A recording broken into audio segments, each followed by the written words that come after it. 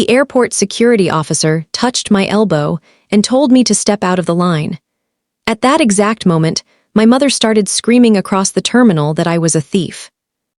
My father pointed at me like I was some dangerous criminal and demanded that airport police arrest me on the spot. Every head in that airport turned. Suitcases stopped rolling. Conversations died mid-sentence. Strangers lifted their phones. And I just stood there with my passport in one hand and my future in the other, waiting for one man in uniform to look up and recognize my face. Because if he did not recognize me, my entire life was over. And if he did recognize me, then my parents were about to watch the trap they built for me snap shut around their own necks. So before I tell you what happened next, let me ask you something. What would you do if the people who raised you decided your dreams were too useful to let you keep? If your family saw your future not as something to protect, but as something to steal? Tell me your age and where you are watching from in the comments. And if stories about betrayal, revenge, and survival pull you in, hit like, subscribe, and stay to the end, because this one does not just get worse. It gets colder. It gets smarter. And by the time it ends, nobody in that airport is looking at me the same way again. Welcome to Sophia Revenge Stories. My name is Farah Cook. I was 26 years old when my parents tried to destroy my future to save their own. And to understand why I was standing in an airport being publicly accused of theft by my own mother, we need to go back 3 weeks earlier to Louisiana, where I was still trapped inside the life built on my back. For 3 straight years, I worked 80-hour weeks inside my parents' failing catering business, not helping, not pitching in, not learning the family trade out of love. I was carrying the whole thing. I managed the books. I handled inventory. I prepped the food, I ran events, I saved disasters, I soothed clients, I fixed payroll problems, I covered supplier mistakes. I built menus that brought back business my parents would have lost without me. They introduced themselves as owners. I lived as the engine. The part that kept everything moving while nobody admitted it existed. But while they were busy pretending to be successful, I was quietly building an exit.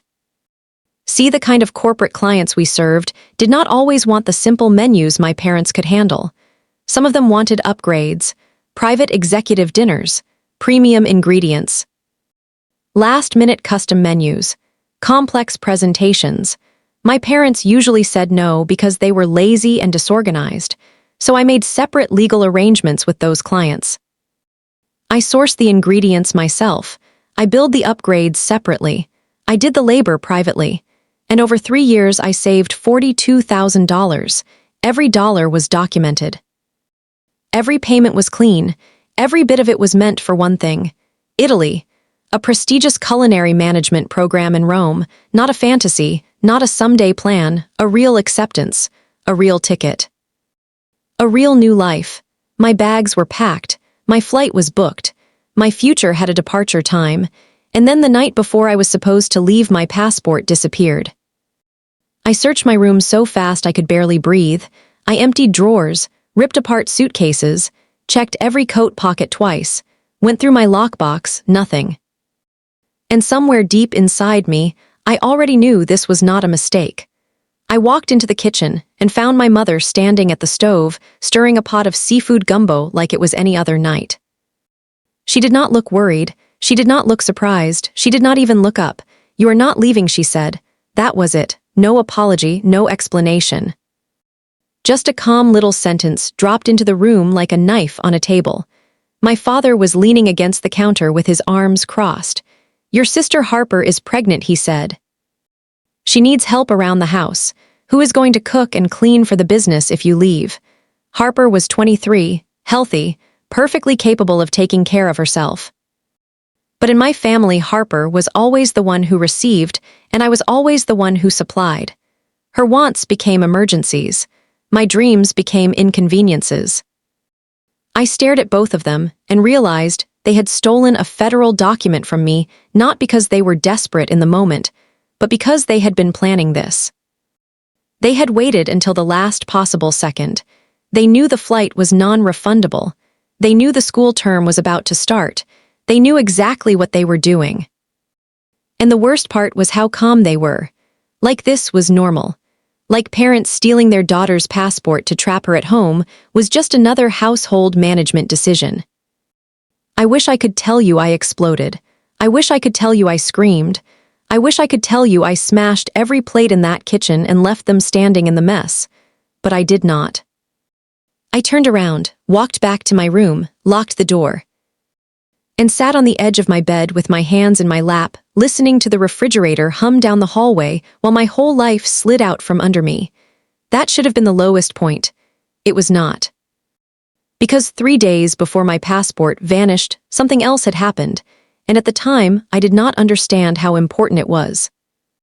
A piece of mail from the Internal Revenue Service had arrived addressed directly to me, not to the business, to me. Before I could open it, my father grabbed it out of my hand and told me it was just a tax mistake. Back then, I let it go. Standing there in my bedroom, with my flight disappearing by the hour, I suddenly realized my passport was only part of the story. Something bigger was wrong, something uglier. And I had no idea yet how far it went. For 3 days I stayed in that room. I let them think they had crushed me. I let them hear me cry. I let them slide passive-aggressive prep lists under my door like I was still expected to report for duty once the tantrum was over. And on the second night around 3 in the morning, something inside me changed. Not healed, not calmed, changed. The tears stopped, the grief burned off. And what was left behind was colder than anger. I opened my laptop to check the one thing they could not possibly have touched. My money. That $42,000 was my lifeline. My proof that I still had options.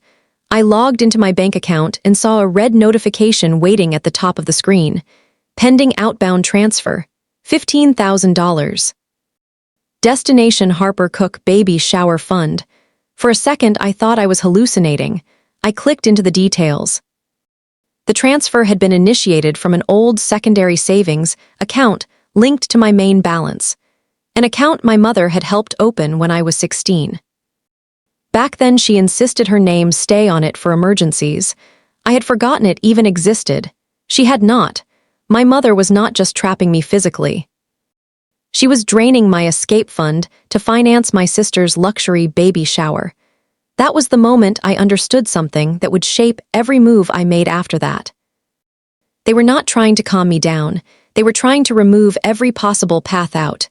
No passport, no money, no future, no leverage, no ability to run later even if I somehow survived now.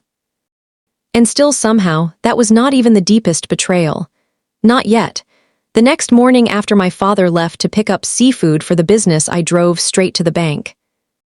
The teller recognized me because I handled most of the company deposits.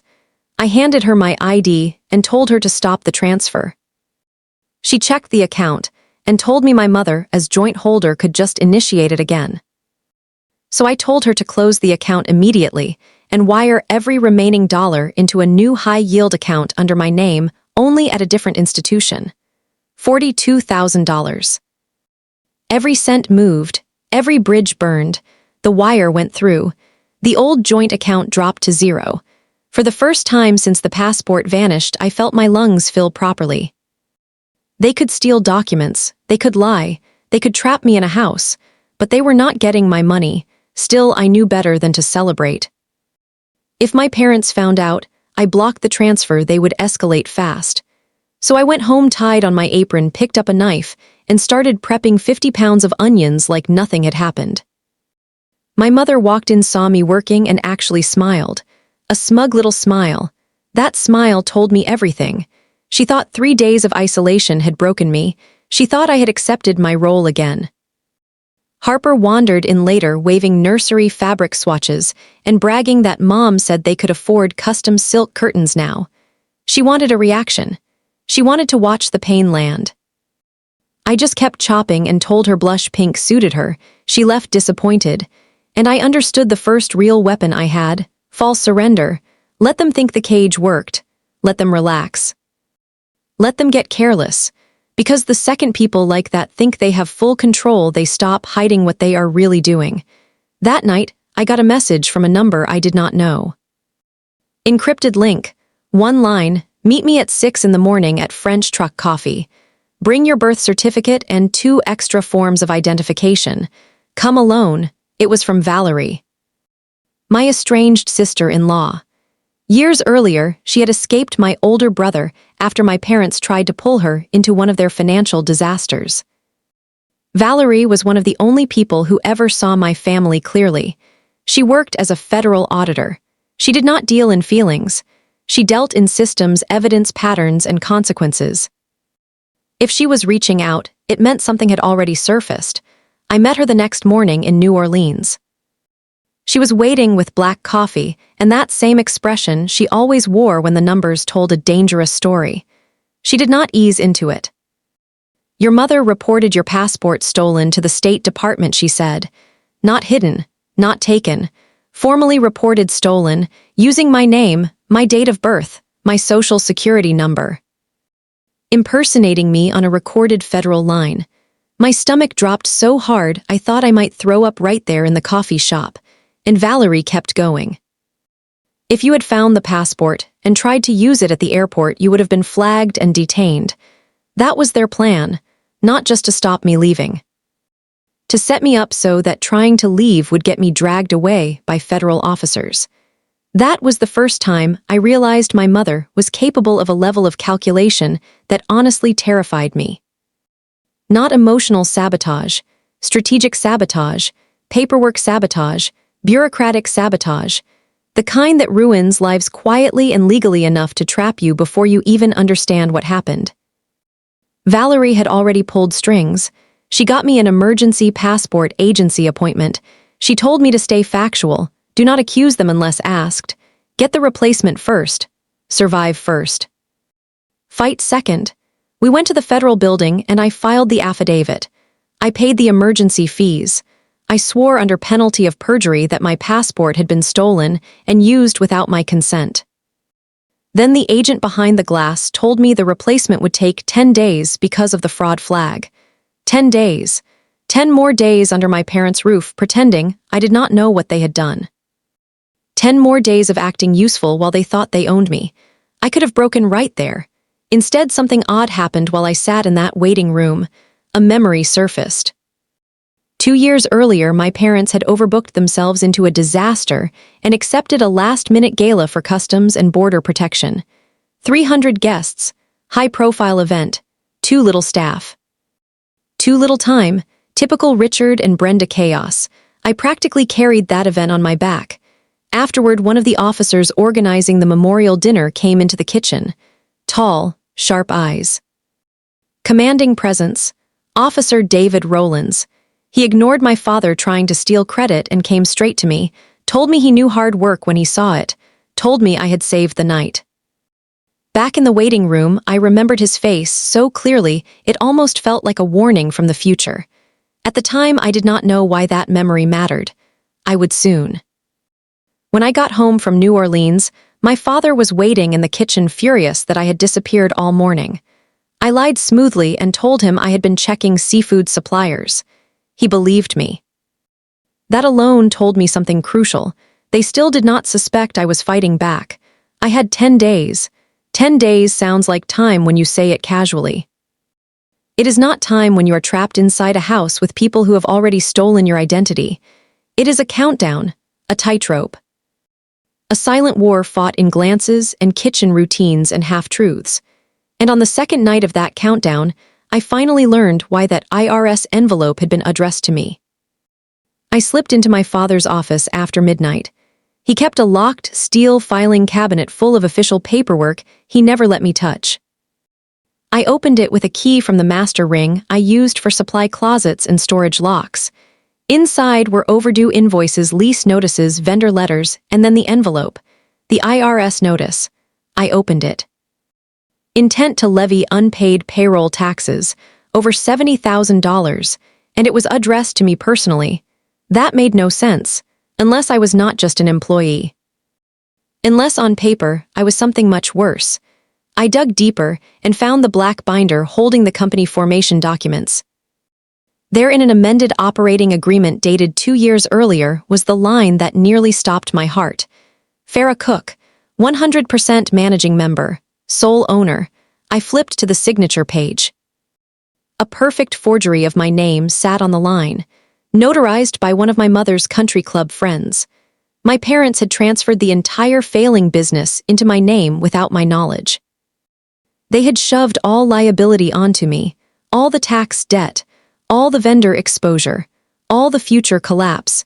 If Cook Catering died, it would die on my credit, my name, my record, my financial future. That was why they stole the passport. Not because they needed help with the baby shower, not because Harper was pregnant. Those were excuses. The real reason was simpler and uglier. If I left the country, the company would collapse and the government would start looking for the sole legal owner. Me. Do you understand how chilling that realization was?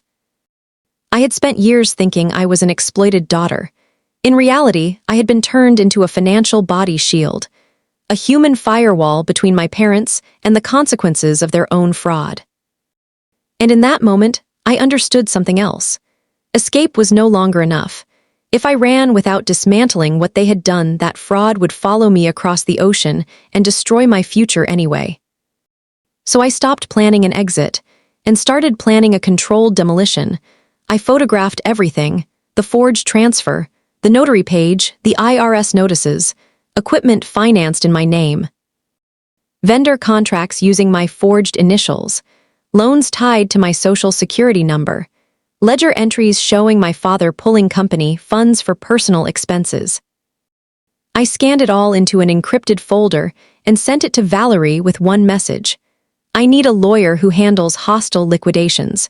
She replied before sunrise with a contact for Marcus Vance. Corporate attorney. New Orleans, aggressive enough to set fire to a sinking ship and bill the ashes.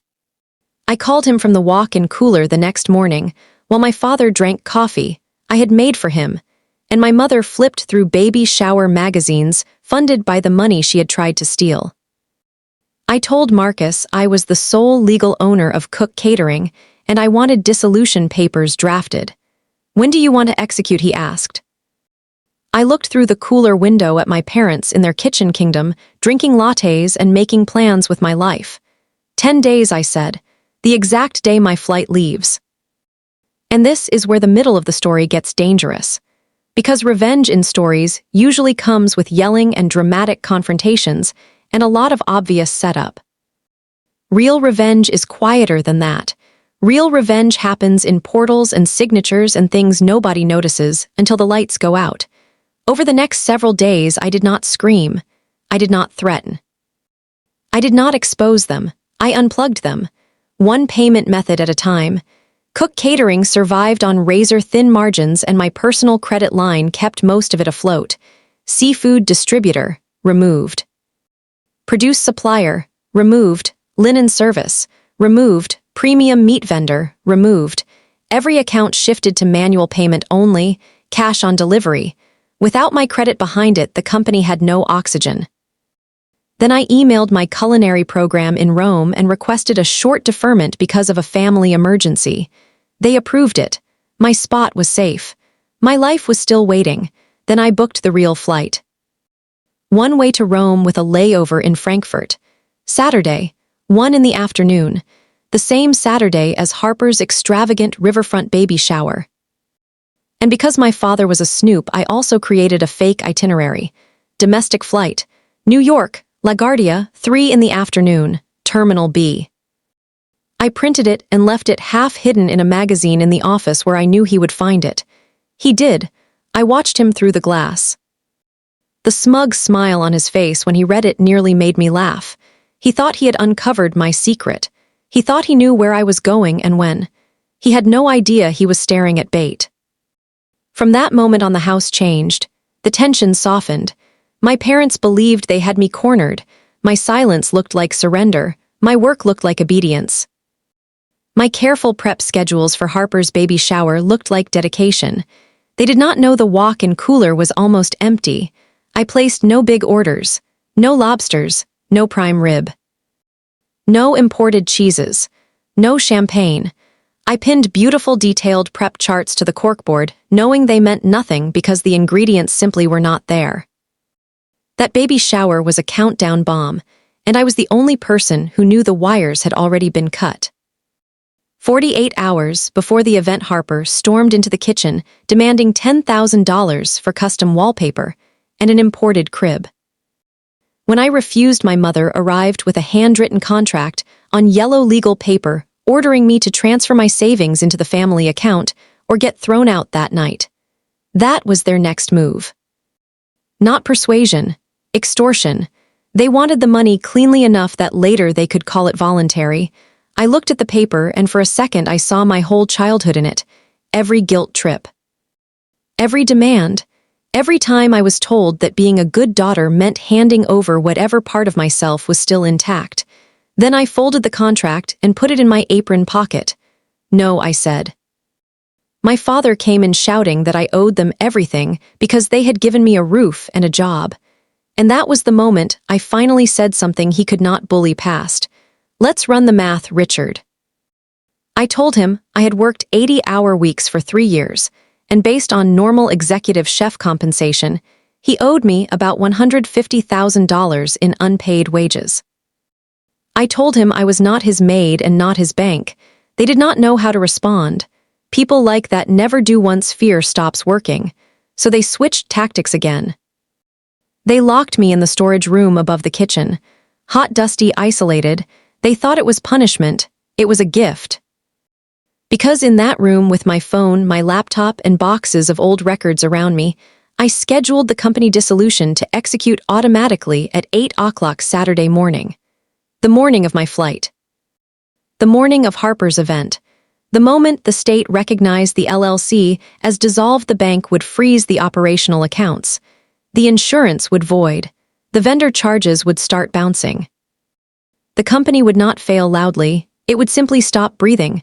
I also compiled the full dossier, forged ownership papers, tax notices, identity theft evidence, the yellow extortion contract.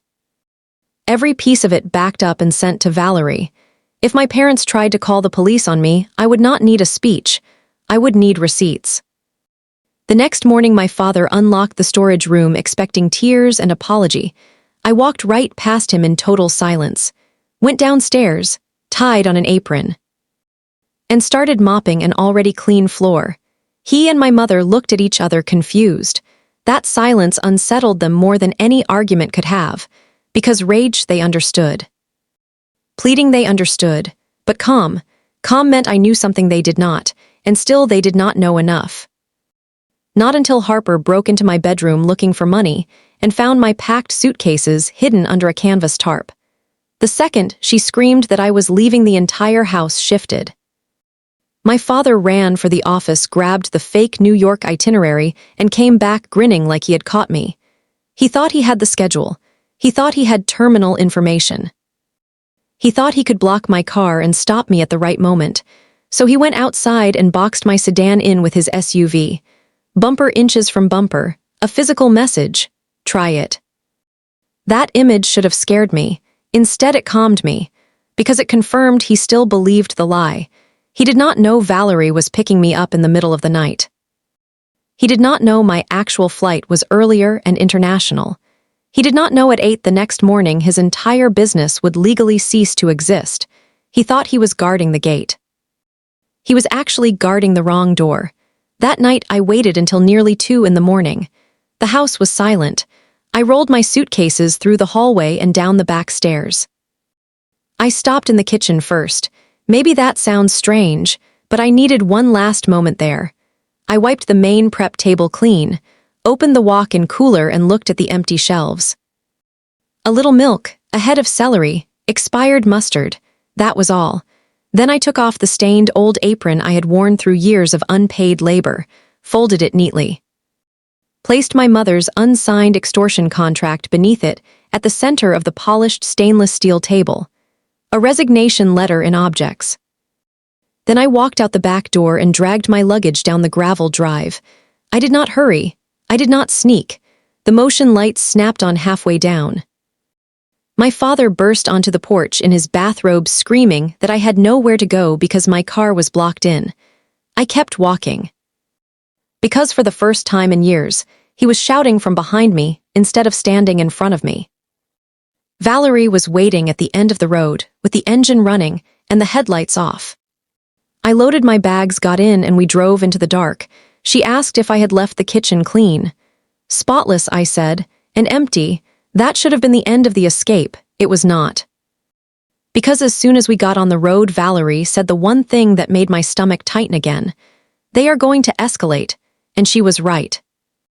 At 8 that morning, while we sat in a diner near the airport drinking coffee, Cook Catering officially dissolved. Back at the house, my mother walked into the kitchen expecting chaos and prep crews and found silence. My apron folded on the table, her own yellow extortion contract underneath it. Harper opened the cooler and found nothing. 150 guests were due at a luxury riverfront estate in a matter of hours, and there was no food, no inventory, no backup, no way to fix it. My father ran to the banking portal to wire emergency money for replacement catering. Frozen, he called the bank hotline, dissolved entity, assets restricted, everything dead. That was the moment he realized I had not run from the business, I had killed it. And panic does strange things to arrogant people. It does not make them reflective. It makes them violent in a polished way. He found the fake itinerary and called airport police, not local deputies, airport police. He reported me as a fleeing embezzler carrying stolen corporate assets and trying to escape the jurisdiction. He used the fake New York details. Terminal B, 3 p.m., grand larceny in progress. In his mind, the badges would do what fear no longer could. Drag me back, undo the damage, force me to save him again. We were still in that diner when Valerie got the message from one of her contacts. He did not just call local officers, she said. He flagged your name in transit security. That was when the air changed, because a family disaster had just become an airport problem. And airport problems are never treated casually. By the time Valerie dropped me at Louis Armstrong International, I knew two things. First, my parents would come. Second, if I handled the next hour badly, they could still wreck everything. I walked into the airport alone with my passport, my digital dossier, and 2 suitcases. I did not check in at the counter because I had already done it online. I moved toward international security, trying to stay inside the crowd. Then I heard my name, not spoken, shrieked. I turned. My mother and father were sprinting across the terminal, disheveled, sweating, wild-eyed. They had already checked Terminal B, realized there was no New York flight under my name, and somehow pieced together the truth. My mother reached me first and immediately threw herself into a full public performance. Help somebody stop her. She is a thief. She drained our business. She is mentally unstable. She is trying to flee. People froze. Phones came up. My father got there seconds later, shouting that I had stolen company money and destroyed the family business. He demanded somebody stop me. I did the only thing that had any chance of working, nothing dramatic. I set my suitcases down neatly, stepped back from them, kept my hands visible, and waited. Chaos hates calm. And my parents were all chaos. Within moments, airport police arrived. Then behind them, Customs and Border Protection officers from the international side. My father puffed himself up and started barking demands like he was still king of some kitchen somewhere. Search the bags, arrest her. She is fleeing prosecution. A CBP officer stepped forward and asked for my documents. I reached slowly into my jacket and handed over my new passport. He opened it, looked down, then looked up, and I saw it happen. Recognition. The severe expression changed, not softened exactly. Focused. Fair Cook, he said. Officer Rollins, I answered. It was him, the same man from that memorial gala 2 years earlier. The same officer who had once looked past my father and seen who was actually doing the work. In that instant, the entire emotional geometry of the scene changed. My father knew it too. He started talking louder, trying to overpower reality with volume. Officer Rollins shut him down with one quiet order. Step back and remain silent while I assess. Then he turned to me and asked about the allegations. And this is where everything that happened in the middle of the story mattered. Because I did not need to defend myself with tears or explanations. I had evidence.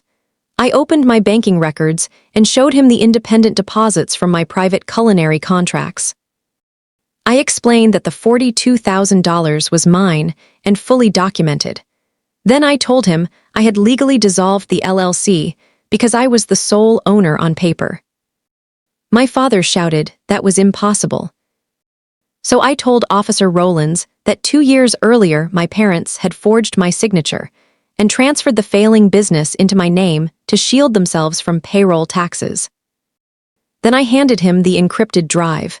He took it. My mother switched tactics and started sobbing again, saying I was mentally unwell and needed help. So I reached into my pocket and gave him the folded yellow extortion contract she had tried to force me to sign.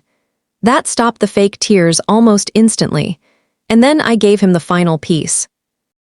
I told him my mother had stolen my original passport and impersonated me on a federal line to report it stolen, so I would be flagged if I tried to travel. You could feel the whole terminal go still.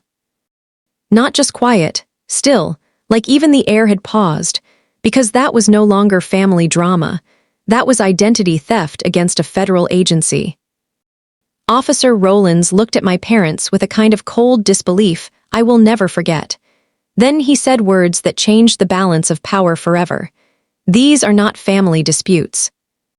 These are potential federal felonies. My mother's face emptied. My father actually stepped back. All that noise, all that theater, all that control, gone in one sentence. Local airport police moved closer to them instead of me. Not a single person in that terminal was looking at me like the criminal anymore. They were looking at my parents like a public disaster in designer clothes. Officer Rowlands asked if I wanted to stay and press formal charges immediately.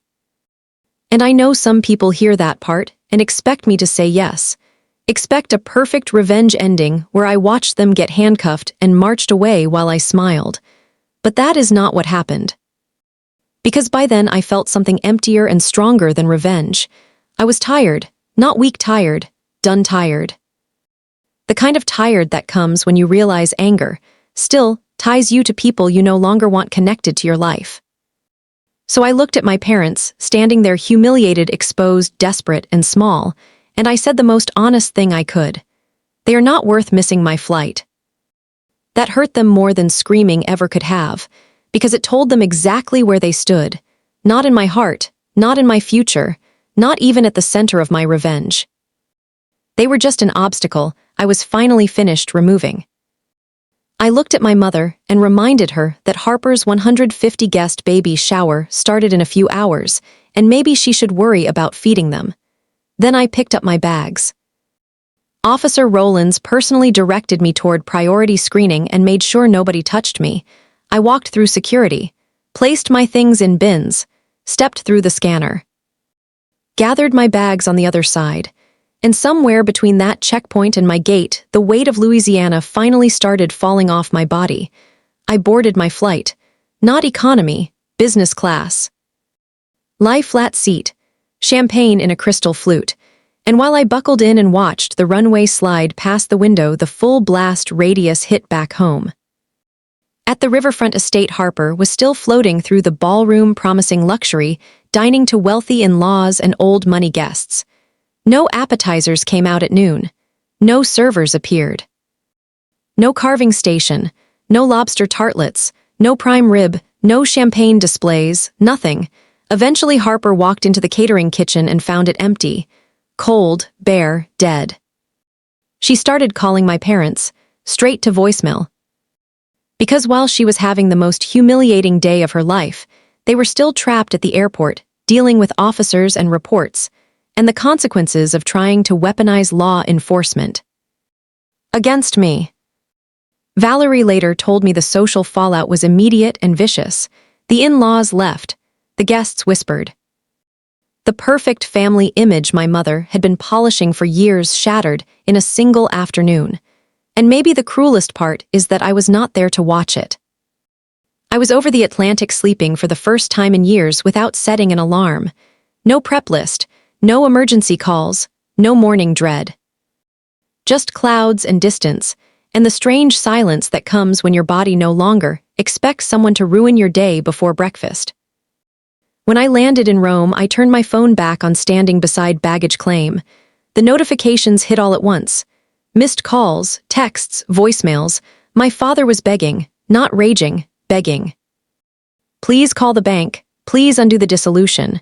The vendors are suing. Harper is hysterical. We have nothing left. Please, Farah, send the money. You have to save us.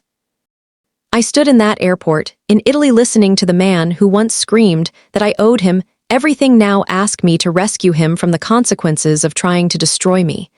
And I felt almost nothing. No triumph, no tears, just clarity. I hung up, blocked both of them, and walked out into warm Roman sunlight carrying everything I still owned. That was the real ending, not the airport scene. Not the humiliation, not the collapse of the baby shower. The real ending was that tiny, quiet motion of blocking their numbers and realizing I never had to answer them again. Over the months that followed, their world imploded exactly the way rotten structures do once the hidden support beam is removed. The IRS audit expanded. Vendors came after them. Legal fees piled up. Their social circle vanished. Harper lost the fantasy life she built out of my labor, and I built something else. I studied. I healed. I learned what work feels like when it belongs to you. I stood in kitchens where talent was respected and not extracted. I walked streets that did not hold my childhood hostage. I built a future so far outside their reach that eventually even their threats started sounding small. And that is why this story still stays with me. Because people love to say blood is thicker than water, but blood is not ownership. Family is not entitlement. Parenthood is not a lifelong claim on your labor, your income, your identity, or your future. If someone says they love you while systematically stealing your freedom, that is not love. It is captivity with nicer language, and the hardest part of escaping captivity is not always getting out. Sometimes it is accepting that the people holding the keys are never going to become the family you needed. That grief stays, even when you win, maybe especially when you win. Because there is a version of every daughter like me who still wishes the ending had been different. Not easier, just sadder in a cleaner way. A version where the parents apologize. Where the sister grows up. Where the family chooses love before the damage becomes permanent. But that was never my family. My family chose control every single time they were offered connection. So I chose distance. And distance saved my life. If you are listening to this and something inside you feels too familiar, maybe let this be the part you remember. You are not selfish for protecting your future. You are not cruel for refusing to be used. You are not a bad child for walking away from people who only value you when you are useful. Sometimes the most loving thing you can do for yourself is to become unreachable to the version of home that keeps trying to break you. And if this story hit you hard, if you know what it feels like to be the reliable one, the useful one, the one everybody leans on, until your own dreams start suffocating, then I want to hear from you.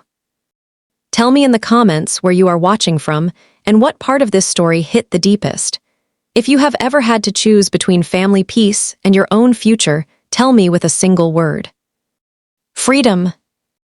And if you want more stories like this, more raw family betrayals, more slow burn, revenge, more endings that actually mean something, hit like, subscribe, and turn on notifications right now, because this channel is for the people who survived what nobody else saw. For the people who got out, for the people still planning how, and for the people who need one story that reminds them they are not crazy for wanting more. Subscribe, like, comment, stay. Because the next story might feel even closer than this one. And if nobody has told you this lately, I will. You are allowed to leave the cage. You are allowed to lock the door behind you. And you are allowed to call that survival.